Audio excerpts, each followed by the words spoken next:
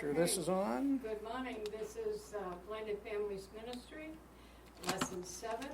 We're coming from the Dream City Church, Glendale location. And Larry is going to be teaching the first lesson on step parenting skills. Here's Larry. Good morning, everybody.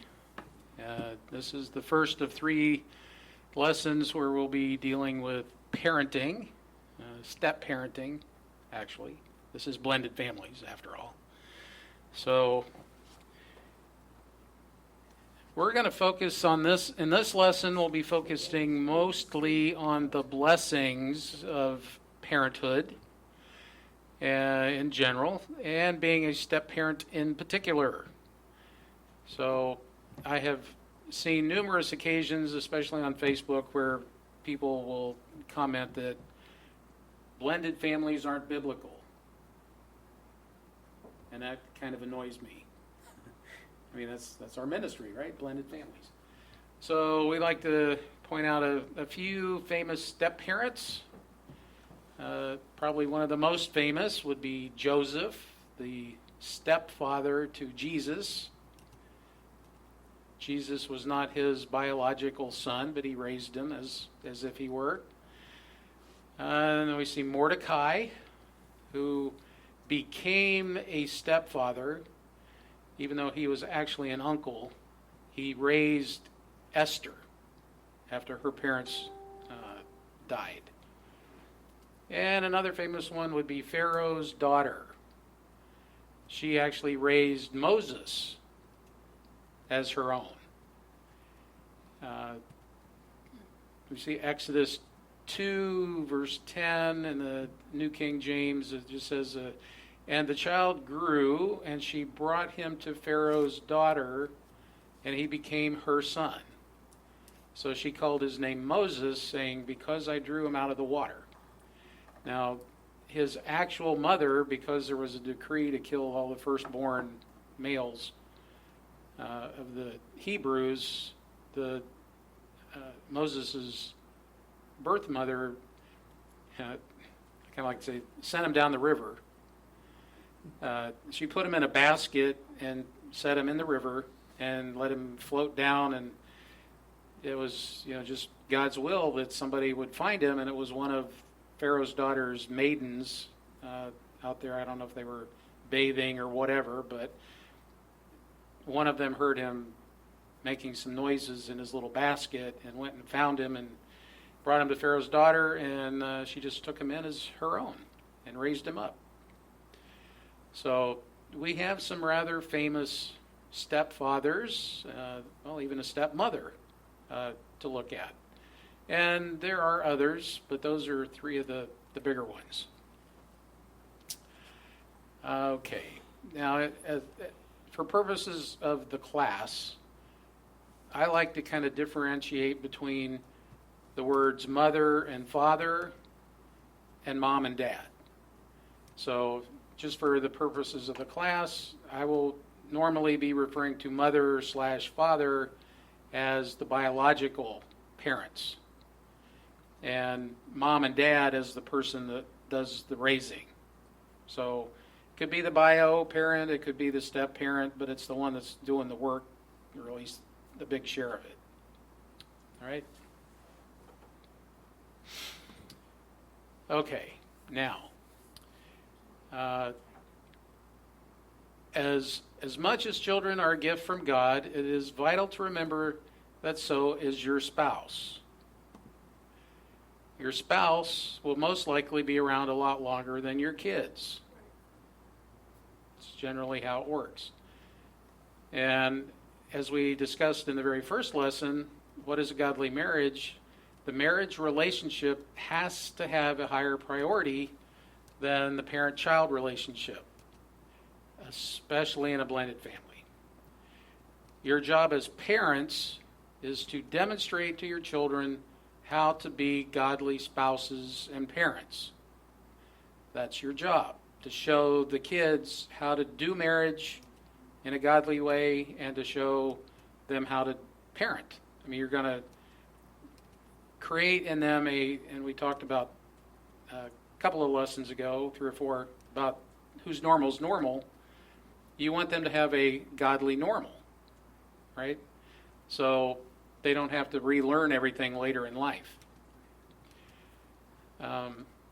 Okay, so even if it's a yours, mine, and ours situation, there really needs to be one set of rules for all the kids. Carol experienced what happens when you have rules for mine, rules for yours, and eventually there was an ours, and a whole other set of rules. It really creates a lot of havoc. There's jealousy that gets involved. One set of kids, well, that's not fair. It's like Christmas presents were always more for his kids. Yeah, Very especially evident.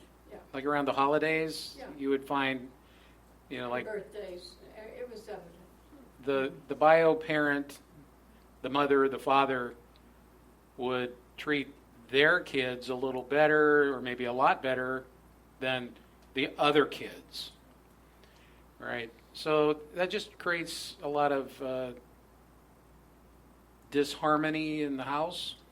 Well, again, it brings back to if it was a godly house, because it was not. Right. It would never have been that way.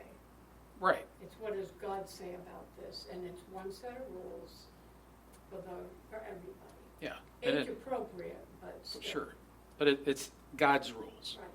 That's what we're looking for, right? We talked about the normals in the other class, and you have a normal, which is everything you've learned over your lifetime. The other party has one, and all their history is totally different. And that doesn't make either one of them right or wrong. The whole point, though, when you become a blended family and you're creating a new family, it's a new marriage, new relationships for everybody. It's very important to realize that we're going to operate under God's rules, and whatever our normals were in the past, we need to try to get them to be more Christ-like normals. Okay. So it needs to be one set of rules for all. It's our house, our rules, because a lot of times your kids aren't at your house, and hopefully they listen to you and you've taught them well so that they still behave appropriately even at the other house. But as we know, many of the other houses have no rules at all, right? So your house is so strict and so unfair and things like that. So, many couples have come to us with those issues where they try to instill discipline in their house during the week, and then on the weekend the kid goes to the other house and there's no rules at all. And then they go nuts, and then they come back and they got to relearn everything for the first day or two. So and then it repeats itself the next week. So it's round and round about that. Again, with shared custody, it needs to be our house, our rules. You and your spouse have to communicate and agree on parenting issues so that you can have the power and authority to lead your children, as it says in Proverbs, in the way they should go.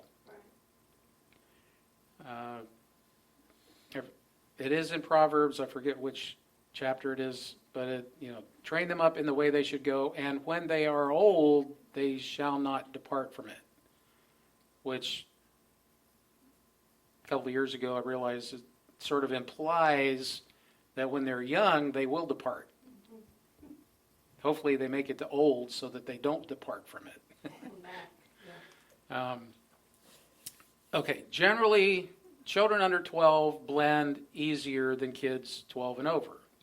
And, there's obviously lots of exceptions to that. The younger the children, the more they want to be part of something. And after they become like teenagers, they really don't want to be part of anything that's yours. They want to be themselves. They want to be with their friends. They don't like you anymore. They hate you because you make them do things they don't want to do. And they think we don't know anything. Oh, of course, they know everything. Yes. So that's when they really should get their own place, when they know everything, right? Pay for their own cell phone Yeah. and stuff, yeah. Yeah, they know everything, so let them take care of it. But, no, really, you get into that 10 to 12, then it's really kind of a crapshoot what you're going to get. Kids are all different. But once they really, especially when they become teenagers, it really is tough. When you're just starting a blended family and you got teenagers, especially the younger ones, 16, 17, 18, they're already out in their mind. And they really don't want to cooperate usually. Occasionally they do, but mostly they're just fighting you on everything. Counting the 'Cause days it's- when they turn 18 and they can do their own. Yeah. It's like it's their job to mess you up. And most of them take that seriously, right? It's their job to test you as parents, and they will frequently do things to test the boundaries that you've given them just to see what they can get away with. Yep. And they will test your will to enforce the boundaries. They keep stepping over the boundary lines to see when their foot gets smacked. Yeah, they dare you. Yeah, they really do. They dare you to do something. It's really kind of in your face. Older children tend to rebel more, but we'll deal with that next week when we talk more about the dark side of step parenting. This is more about the blessings. We're not going to get all into all the negative, the vindictive exes and parental alienation and all that kind of stuff. That's next week. Keep it light. And even at that, when we're talking about the dark side, we're going to talk mostly about how to overcome That's right. the dark side. There is a We're not going to spend a lot of time being all negative about it. Right, God's way. But how do you deal with the negative, right? So we're still trying to put a positive spin on it.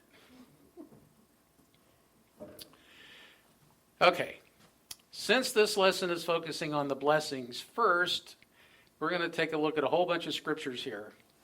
Now we have kind of like three categories here. We have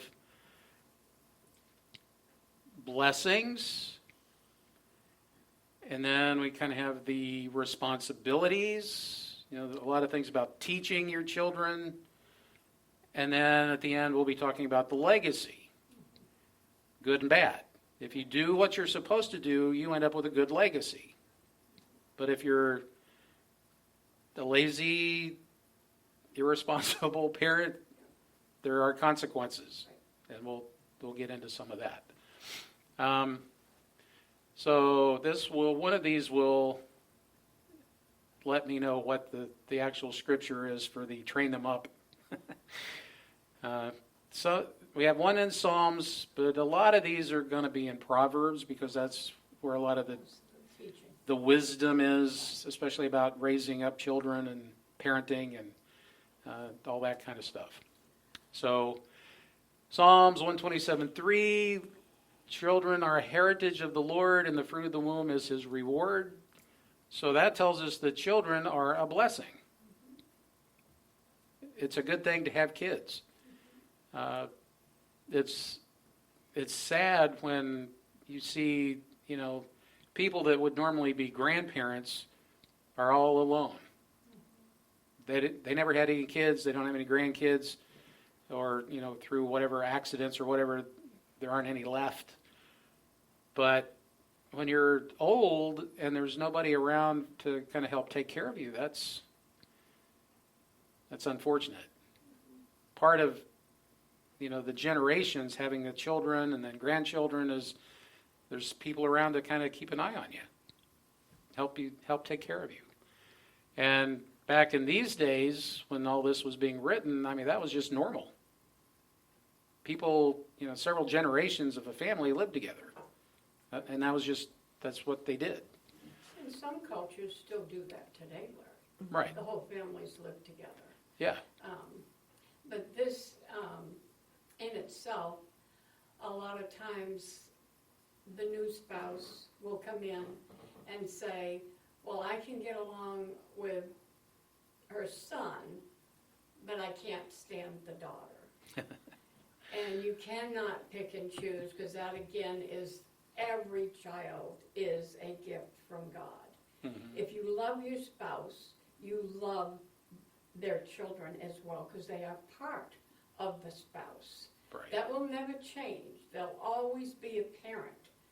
So you taking a stand like that is not helpful for the marriage, for the relationship, but it's not teaching the child the right thing either. And a lot of times we've seen the ones that the opposite spouse will point out, I don't want anything to do with that one. Later on, that's the one person that is right there for that other spouse. Mhm. Because maybe one day you had a great day that you really paid attention to that one child, that normally you were a pain in their butt. But they remember that one day that you were extra kind to them, and they will be around to help you. So, we really need to reinforce the Bible again, that every child is a gift from God. Right. And while we're on that point, I think that would be a good time to kind of go back to what we have on the pyramid here about the marriage and then the parent-child. The parent-child relationship, we're supposed to be stewards, right? The one thing that came up more often than anything in those years of doing a lot of counseling was the single parent who is now married felt like their children were their property. Right. But, in this class, we want people to realize that the children belong to God. Right. They don't belong to you. They've been given to you as a gift, but you're a steward, and that at some point God wants them back, right? God wants godly offspring. He wants them to come to Him through Christ and be one of His kids. But they have to make that choice at some point. But that was one of the things that was the most often issue reported in the couples that we counseled, was the children were too high, the spouse wasn't high enough, the children knew where they were above the spouse, and so they didn't respect the new spouse. Let's just say, the mom that had the kids, because the mom usually gets the kids, but just for this example, the mom that had the kids puts the kids above anything. Yeah, so the spouse felt Unnecessary. right. But They disrespected. were as high as they should be. Yeah. And that's And- what causes conflict Right. in blending the whole family. And like we teach in the beginning, the whole point here is to get the different relationships in the right priority, right? So that the household is a godly household. And if God has to be first, the marriage has to be second, then the kids are in there. And then everybody else. In-laws, outlaws, co-workers, all that stuff. But the attitude needs to be that all these kids Ours, are God's kids. and they're our kids, not yours or mine. And they're ours, Right. not yours, One mine. household. Right. They're all ours, but we're not owners, we're stewards. And at some point, we have to give them back. And that's the hard part of being a parent, is giving them back, taking your hands off Adulthood. Yeah. adulthood, letting the kids fall on their face if they choose to. It's probably one of the toughest parenting things there is to let your kid fall on their face and deal with the consequences. But when we do it a godly way, that's what we're supposed to do. We don't keep catching them as they're falling. We let them fall, feel the pain, deal with the pain, so that they learn a lesson. Right. They understand, oh, if I do this, this happens, that hurts, I don't want to do that again. But if they never feel the pain, then there's no reason not to do it and keep doing it. So we look at the next proverb here, Proverbs 23:24. The father of the righteous shall greatly rejoice, and he that begetteth a wise child shall have joy of him. So, a father who is doing according to the Word of God raises up a wise child, and a parent that has a wise child is very proud of that child. The child is intelligent, he's smart, does good works, he's not out causing trouble, he's not out running around all night, things like that. And a father that raises a godly child is proud of that child. In most cases, anyway. We have some, generally speaking, a father who is not a righteous father generally doesn't raise righteous children. So he's not going to be the kind of father that greatly rejoices in whatever the kid is doing. But, our job is to raise up a wise child, which then becomes a wise adult. And our job as parents is to raise adults, self-sufficient adults. Back in these days, they didn't have such a thing as a teenager. Generally, the bar mitzvahs, the bat mitzvahs were at age 12 or so. And after that, you were considered an adult. You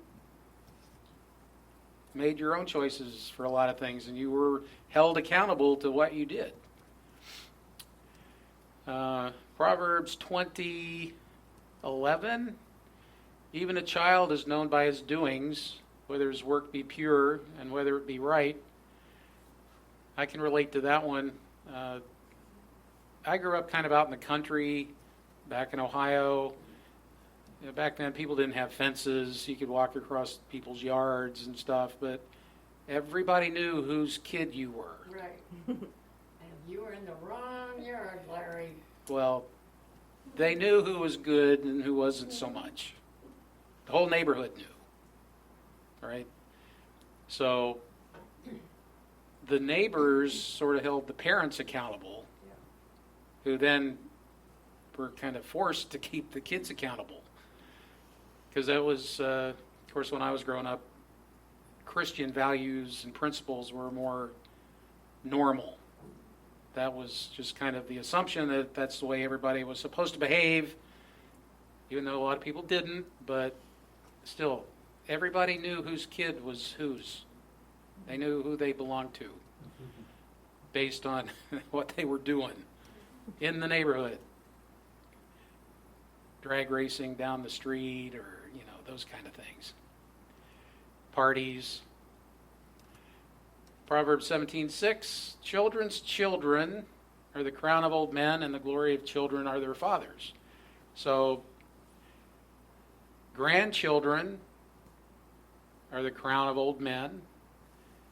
Most grandpas love to show pictures of their grandkids, right? But the neat thing about grandkids is you get to spoil them and then you give them back to their parents. We like to say paybacks, right? Well, yeah, that's what I tell my kids when our daughters would call and they say, you won't believe what so-and-so did today. They did this and they did that. And I listen to all that one of them will be saying, and then I just say, paybacks. Mom, how can you say that? I never did that. Really? Oh, yeah. You don't remember. But yeah, I get to say paybacks. Right. But what this is saying is, for the grandfather, grandkids are a huge blessing, right? The crown, pride and joy is the grandkids, right? But then the next part of it is the glory of children are their fathers. It's true. Different. Now, cultures, it's so divided right now. You see how many broken homes there are. Fathers have really been taken out. of the family. So many families have no father, right? So the glory of children are their fathers. If there is no father, what do the kids look up to, right? So, and if the father's sort of around, but he's kind of a drunk or he runs around all the time, that is like a curse on the child. The child has to live with what the father does. The name that the father has, it's what the kid has to live with. At least up to a point. You know, when the child is old enough to move on and not be out on his own, he can choose to do different things. But only when he's looking at God's word to be able to do that. But we see so many homes that are broken. That's why there's so many divorces, right? Yes. Satan has taken out the father from like back in the especially starting about in the 70s or so, maybe even a little in the 60s. You know, the TV shows in the 60s were Leave It to Beaver, Father Knows Best. You know, the father was honored. And the Waltons, The Waltons, family yeah. values. They don't have Good. that anymore. Christian principles, Christian values. I mean, they weren't, you know, maybe in the Waltons they'd show them actually praying at the table or something. But in the other ones, at least, the father was honored. You know, he was working, he was a provider, everybody loved him, but he was the head. And starting, like, by the time I got out of high school in the 70s, it was, you know, can't think of the name of the show. Well, there's Married with Children, Archie Bunker, you know, Yeah. who the father, now even, yeah, Meathead, but with Archie, he was the head of the household, but he was a jerk. Yeah, his wife, Yeah, so he had, disrespectful. yeah, he was very disrespectful, and you know, Edith was a real doofus, dingbat. Yeah, that's what he called her all the time. And then the son-in-law was the meathead, Yeah. and so he was a joke. But what I saw growing up was, you know, even in my own home, my dad was the guy. He was the one who was the main provider. He was the one who delivered any punishment using the board of education in our house, Yeah. the one that had holes in it. But, you know, I was reasonably proud of my dad. You know, he had a decent job. People liked him. He was kind of funny sometimes. You know, he did the sports stuff, showed me how to play baseball, basketball, hunt, fish, you know, all that dad stuff. And Right. guys don't take that time today. They don't have that time, a lot of them, because they're working 2 and 3 jobs, Oh, so the yeah. women can be at home. But it's a different world out there, Larry. It sure is. And a lot of these guys don't know the values that God really has or the blessings they'll receive as parents because they don't know this teaching. That's why this teaching is so important to get out. It's not that hard to do, but they don't know the Yeah. steps they're supposed Right. to do. Well, they have no example. Right. There's 2 or 3 generations now that have no decent example of a dad. Yeah, they're just fending for themselves. Yeah. I mean, they're out running around on the streets. And then they get in gangs because they're looking for family, Right. right? They don't have a family, so they end up in gangs. For structure, looking for structure, that's why they get into it. Structure. Yeah. Yeah, that's really what they're looking for.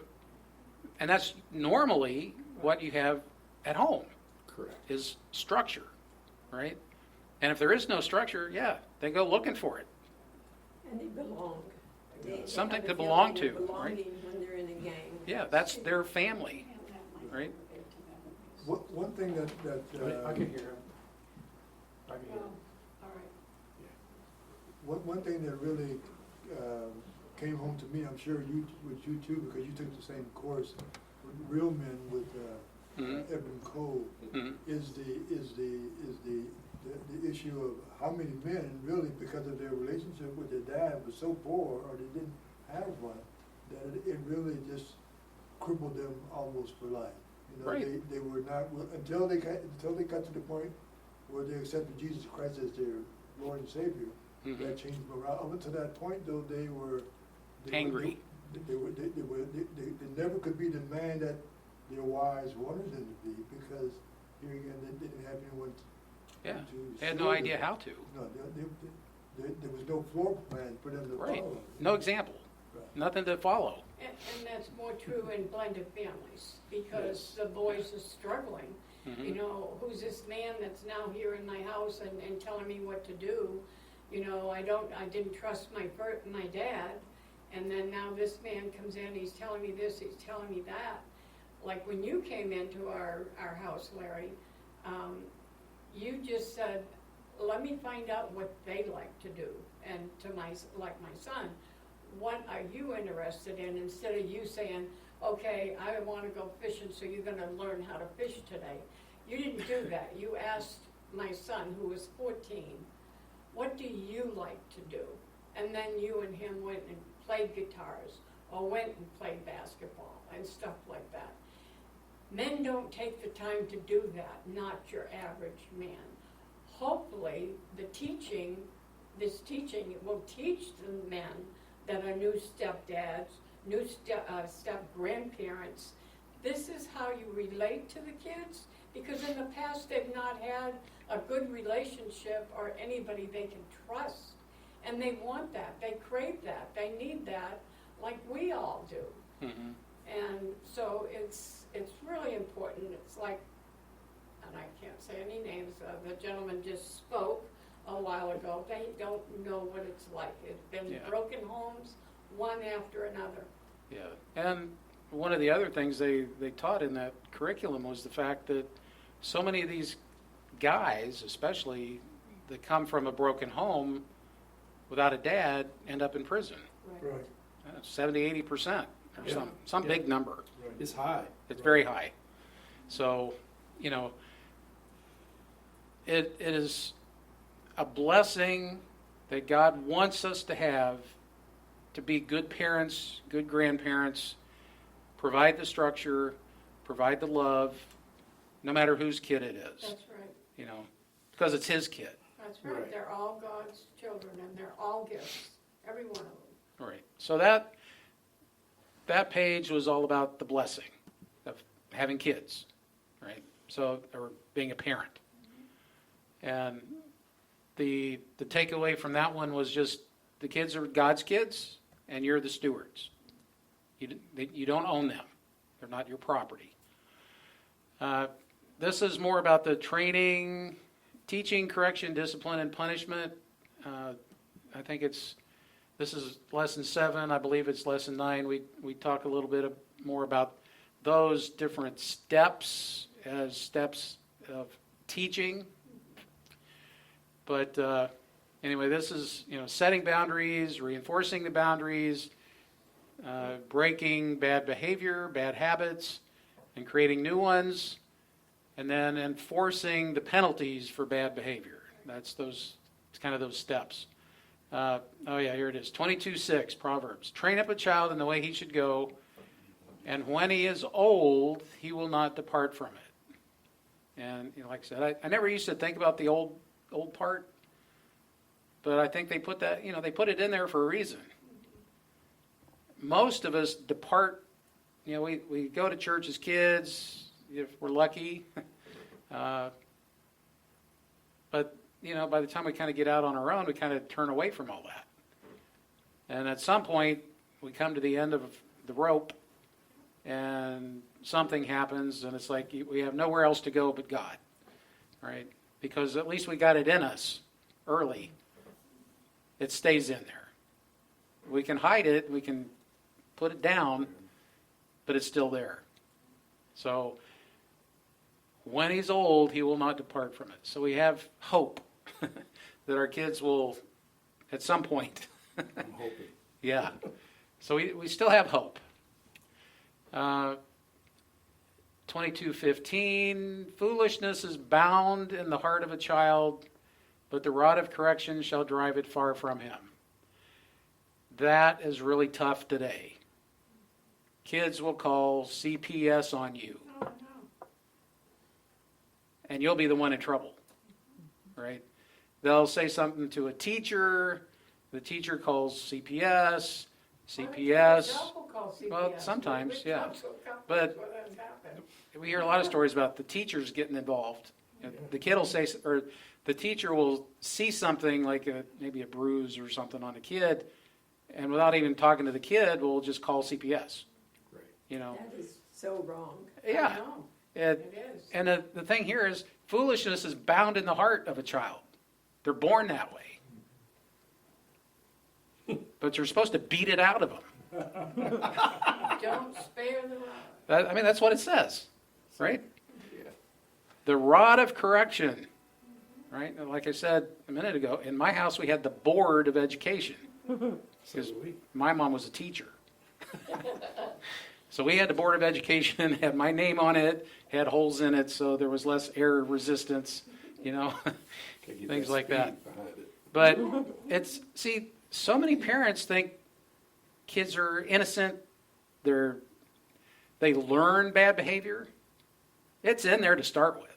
Yeah. You don't have to teach them to lie. You don't have to teach them to do bad things. It's in there. We just And our job is to get it out of them somehow without killing them. yeah. Now, speaking of that, the next one, 23:13, withhold not correction from the child, for if you beat him with the rod, he shall not die. There you go. But again, in today's culture, it's really tough to be able to do that Yes. because of the way the legal system is nowadays. You know? Or some people just don't know how to have self-control. Oh yeah, You know, they're just yeah. We beating the kid senseless. yeah, and Larry, I was just gonna say, my father we had a willow tree in the backyard. Oh. Oh, God, I had that too. And there's nothing that stings worse than a green switch from a willow tree. Yeah. And I made the mistake once of joking about because my full skirt, I didn't feel it. Right? He didn't care how old I was, my skirt got pulled up and I felt it. Did you have to go get the switch yourself? Oh, yes. That's the And point. You if have we to- brought one in that wasn't green and take it out. enough switch to it, we had to go back and Get a better one. Yeah. Well, like I said, we had the paddle. You know. Well, I know one time when we were taking care of the grandkids, this is our daughter that they lived in Pennsylvania, so they didn't get to see us, the grandkids, all the time. Every year, or every other year, I guess, we would go up there for around the holidays, but this time we were up there in the summer because our daughter and her husband wanted to go on vacation. And so we went up there and there were two grandsons, and the young one was, I think he was About 5. 5 or 6, yeah. And we told them, if you be good, we'll go get pizza and we'll go to a movie. Well, the young one was acting up like crazy, yelling, screaming, throwing things and everything. So I said, okay, in the corner. So he goes over in the corner and he's got cowboy boots on and they live in half of an old farmhouse up Yeah. there. With wood floors. Yeah, wood floors, and he's stomping his boots like crazy.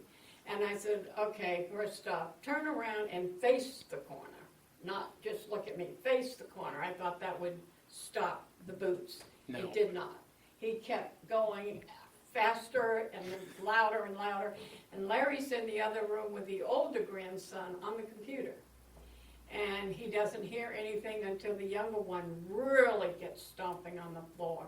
And Larry comes in the kitchen, what's going on? I said, he's acting up. So I sent him to the corner. And so Larry went over there and Larry took the boots off. And the kid's still stomping, and then he realized it hurt, just stomping that floor with no boots on.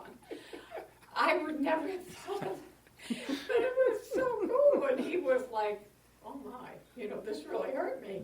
So then he calms down, of course, he didn't have a choice because it was hurting his feet. And so then he kind of goes to the side and he says, okay, Grandma, I'm good now. Can we go and have pizza and to the movies? I said, no, you can't. Why? I'm good now. I said, that's it. You're good now. We'll see how you are tomorrow. You didn't do what I asked you to do today, so we are not going to do that. We'll try again tomorrow. And he remembered that, but I mean, that little, how he even thought how it was going to echo like that was crazy, and how you thought to take the boots off was, That was an easy one for me. I didn't even think anything. But then, I guess it was probably like the next time we went, Oh, yeah. they, like, after a day or two, it was like, oh yeah, you're the grandparents that make us mind. Yeah, that's exactly what he said. Took a little bit, Yeah. but, oh yeah, you make us do things. Yeah, because their other grandparents, they didn't let them do, they let them do Yeah. whatever they want. So, anyway, so what we've seen here so far is we have to train the children. Foolishness is built in from day one. And it's our job to try to get rid of that somehow. And culture is preventing us from doing a lot of what we are told to do in the Word. If you beat the kid with the rod, he shall not die, right? But He thinks so. he needs to think so. Yeah. He's not. Hopefully you don't hit him that hard. Now, when I would experience the Board of Education, my parents never used it because they were angry. Yeah, they never executed the punishment in anger. There which was is always- very important. There was always a couple hour delay in sentencing to execution. You waited your dad yet, so. Right. And then my dad would always lie to me and say, now this is going to hurt me more than it is you. Right.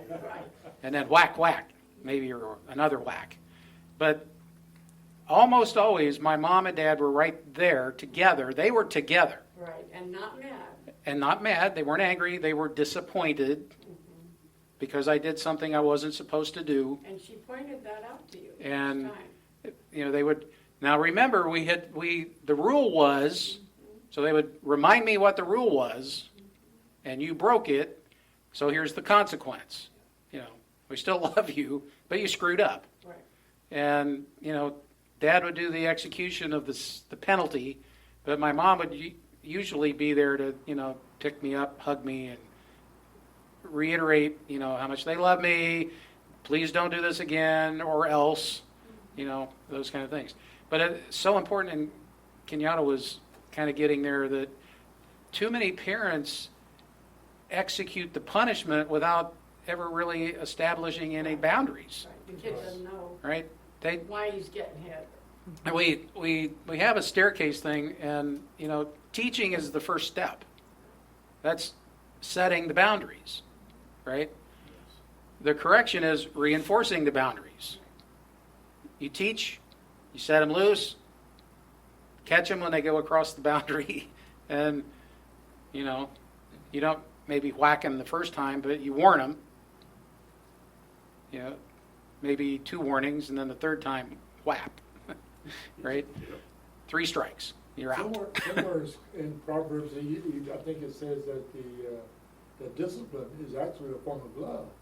Yeah. Yes. Well, God chastens those that He loves, right? So, if you're not being chastened by God, you need to check and make sure which family you're in. So anyway, train up the kid. He's going to do stupid stuff, and it's our job to train them in the way they should go. Proverbs 4:1, hear ye children the instruction of the father, and attend to no understanding. So a father's job is to explain why the boundaries are what they are. Because if it's just because I said so, I don't care. Now, but if you explain and give the kid understanding of why the boundary is what it is, at least they'll have a better judgment in, do I do this or not? Oh, well, I understand if I do this, then this will happen. It's not, well, if I do this, my dad will get mad and he'll hit me. That, that's not good. And part of the teaching is explaining why the boundaries are what they are. I mean, that's why we have God's Word. It sets the boundaries for us. And it's like the boundaries, anything inside the box is okay. It's when you get outside the boundaries that you have issues. And there will be penalties and consequences for getting outside the boundaries. The Word of God is all about the freedom that's inside the box. Proverbs 5:7, similar. Hear me now, O ye children, and depart not from the words of my mouth. So the wise child listens to the father.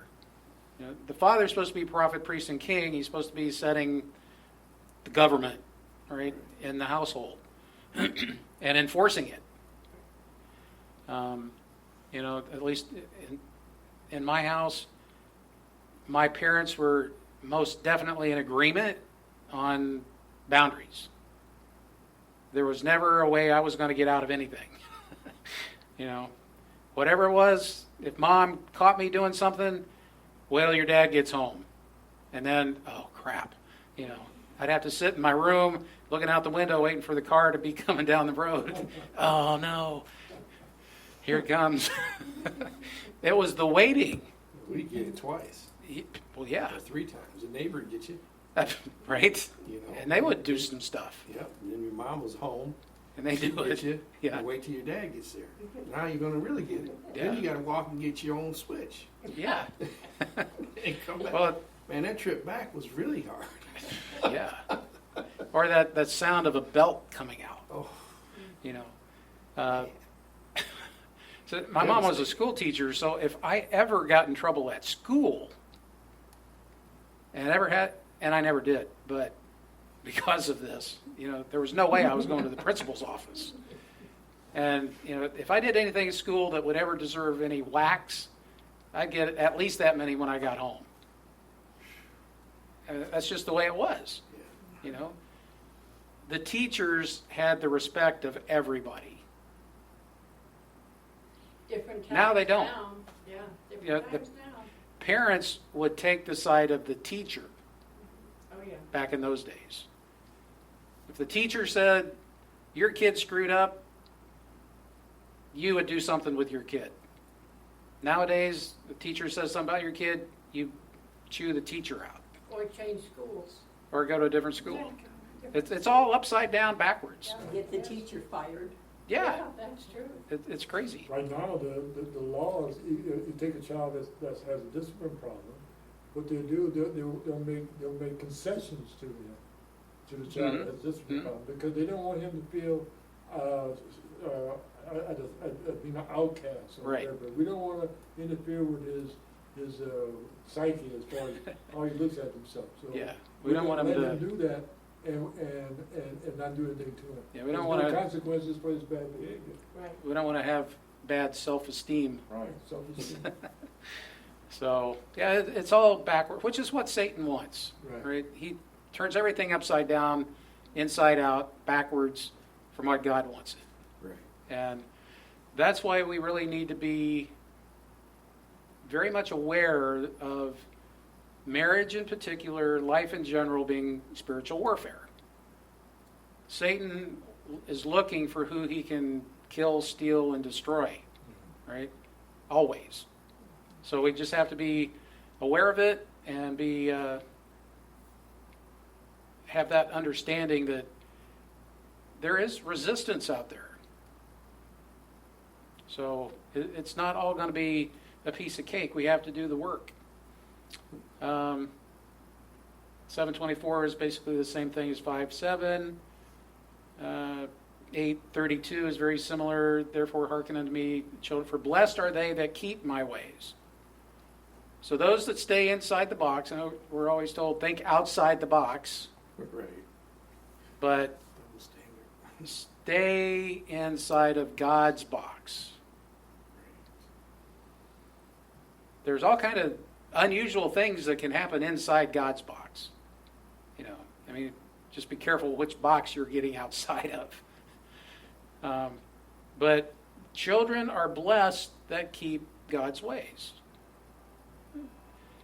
More blessing, less negative stuff. One of our couples, he's very consistent in putting on the armor of God every day. And he always brings up the point that I have no idea of the things that didn't happen. The bad things that did not happen. Because he had his armor on. Things that could have. But they didn't. Right? And we'll never know what didn't happen. Well, I had that, I'm sorry. Go ahead. Friday night, that happened. I was supposed to be at a Bible study Friday night, and for some reason, one of the workers that were at our house working, his wife was running late that night, and normally I'm gonna get hyper and I'll drop you off or do something. But that night I had a peace over me just to stay put. And so finally I got on the highway to get over there to it. And right in front of me, had I been 2 minutes before that, I would have been involved in this major crash with a motorcycle and 5 other cars. And I seen one roll over and crushed it, and it had a baby in it. It was bad, but God stopped it. Yeah. That's that covering. Mm-hmm. And that's the stuff that didn't happen. Yeah. It was a blessing. Yeah. We need to kind of be aware of some of those things. Thank God that wasn't me. Right. Just minutes. Yeah. Not even seconds, actually. 'Cause I'm witnessing it. This last part is, well done, good and faithful servant. This is the parent's legacy. That's the one thing we really want to hear when we get to heaven is, well done, good and faithful servant. Yes. The one thing you don't want to hear is, depart from me, I never knew you. There's no second chances. Yeah, it's one or the other. And everybody kind of jokes about it, but there's those who have been very, very active in the kingdom, doing a lot of good works. There's supposed to be many mansions in heaven, but then there's that guy that slides in and smells like smoke right at the end. He still made it, He made it. but just by that much. So, that last breath kind of guy. Okay, so we're talking about legacy. We've talked about the blessings. We talked about the duties of parenting. And now this is the legacy. Well done, good and faithful servant. You've been faithful over a few things. I'll make thee ruler over many things. Enter into the joy of thy Lord. So we will have jobs. Some will be generals. Some will be privates. Depends, Good right? job. Still a job, right? 27, the just man walks in his integrity, his children are blessed after him. So, sort of it mentioned it before, the man that is an upright citizen creates a good name for his family. That family name is a good name. And his children are blessed after him. So if he's maybe a successful businessman or a good pastor or, something like that, his children will be blessed. But again, the opposite is also true. Correct. The guy that's the adulterer, the drunkard, the, whatever, that's more of a curse on his children. Carries on generationally. And it's a generational thing, yeah. third and fourth generations, right? Yes, And I guess by the fifth one, people kind of forgot what happened Right. before. right. But it also can change the DNA structure Oh, sure. Yeah, in a human being. True. It's really You neat. don't have to be that way though, Larry. No, you don't. no, it doesn't have to. Generational. No, thing, well- 'cause Yeah, if people do the right kind of forgiveness of parents, Correct. that Yeah, they kind of can do. I never puts in- wanted to treat my children the way my father treated me, Mhm. mostly because my sister was gone and my brother had been killed by a drunk driver, and Dad took everything out on me, yeah, right. which was a lot. And I never wanted to do my children that way. Right. And Yeah. my oldest son, he will still tell you, when we saw that look in Mom's eye, we knew we were in trouble. Yeah. Well, and in the class on forgiveness, which is lesson 10 in this class, we talk about the generational curses, but kind of what's happening is, like, me would be wounded by my dad or my mom, or they said something, you'll never amount to anything, or you're this or you're that, that kind of sticks. Well, if I never forgave them for that, now I'm married, I have kids, my kids will know, well, you never forgave your dad for whatever, or mom, and then you've hurt your kids, because we all do that, right? Then, well, because I didn't forgive mine, they're not going to forgive me. And then they're going to have kids, and their kids won't forgive them because they didn't forgive me. But the thing is, for me to be wise enough to go to the kids and say, hey, I really screwed up. You, or me and your mom, we didn't do the right things. We hurt you. We're sorry. Please forgive us. That kind of Stop. puts an end to the generational part of the curse, at least. Because you've just opened up, allow them to work with a clean sheet of paper and not carry the grudge. Wow, that's good. So, okay, so the man that walks in his integrity creates a good name, creates a good legacy, and the children are blessed because of what he did, the good name. A good man leaves an inheritance to his grandchildren. The wealth of the sinner is laid up for the just. Still waiting for the second part of that. But, we are blessed. We have, grandchildren that are way more successful at stuff than we are. But I don't know how much of that is because, we turned our lives around at a certain point.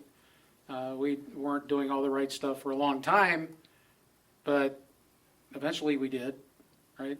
So we got the when we were old part right, right? Then we got it. But the older daughter especially, even the younger one is doing a good job with her kids. But the older one had a lot of rules. The kids had a lot of freedom, but they had a short leash too. So, and that discipline carried on even when they were teenagers and young adults and all that kind of stuff. And now They're 26 and 35 now. Yeah, they'll Doing be. wonderful. What day is this? 11th, Yeah, 16th. They'll be 35, the older one, yes. and he he's will. He's doing exceptionally well. Proverbs 31, this is the godly mom, the godly wife. Her children rise up and call her blessed because she's godly. Her children call her blessed. Her husband does also. And he praises her. Right? That's one of the things husbands are supposed to do is praise the wife. Right? Love your wife as Christ loved the church, his bride. He died for her. Now, it's really not part of this, but a parent's legacy, the wife, the mom, one of the things it talks about in Proverbs 31 is how she has like this business on the side. She's doing the home stuff, but she's a businesswoman. Mm-hmm. She's bringing income in. You know, it's not just sitting around eating bonbons, you know, chasing the kid around, changing the diaper once in a while. She's working. She's helping the family, right? And there's all kind of blessings for that. 10:1, the Proverbs of Solomon, a wise son makes a glad father, but a foolish son is the heaviness of his mother. We've been there, done that, right? We have, you know, 2 daughters that are doing well, but the son, not so much. And I know how heavy that is on your heart, because you love your kid, right? But I wouldn't go so far as to say he's foolish, but he has made some bad decisions over the years. His is mostly unforgiveness. Well, and that's, yeah. It's not that He knows better. he knows better, He does. but it's a forgiveness issue that, well, actually, it's an unforgiveness issue that's almost 50 years old. He's over 50, Yeah. And it happened 50 years ago, but he's still holding on to it. but he's eating himself up inside. Yeah. He's not doing himself any good or anyone else. And at this time, he's cut himself off from the whole family. Yeah. And from God, which is the biggest mistake of all. Yeah. But that's his choice, and I have to give it to God, which I have 3 or 4 years ago. Whatever God's will for him. It's hard to do as a mom, let me tell you, but I have no choice. Yeah. Now, this is, the wise son makes a glad father. So when a father has done a good job training him up as on the way he should go, the father can be proud of the kid, right? It goes both ways. The father's proud of a good son that makes good decisions, but the son is also getting blessed because his father has made a good name, right? So that it goes both ways. But again, the foolish one, the one who didn't listen, you know, the prodigal that goes out, blows the fortune, the mother is the one that really hurts the most. The father's not so happy either, but the mom really weighs on her heart. Again, we're talking legacy. The memory of the just is blessed, but the name of the wicked shall rot. There's a story of 2 different families, and I don't remember the names, but one, there was all kind of doctors, you know, very professional people, senators, you know, different kinds, and they were more godly, right? And there's like 300 of them over several generations. And then there's the other one, most of them were drunkards, prostitutes, you know, ungodly, right? And like nobody remembers them, but there were maybe 100 of them. And then they just kind of died out. But the name goes away at some point. Whereas the godly, that name carries on. And then one of the last one, the wise shall inherit glory, the shame shall be the promotion of fools. So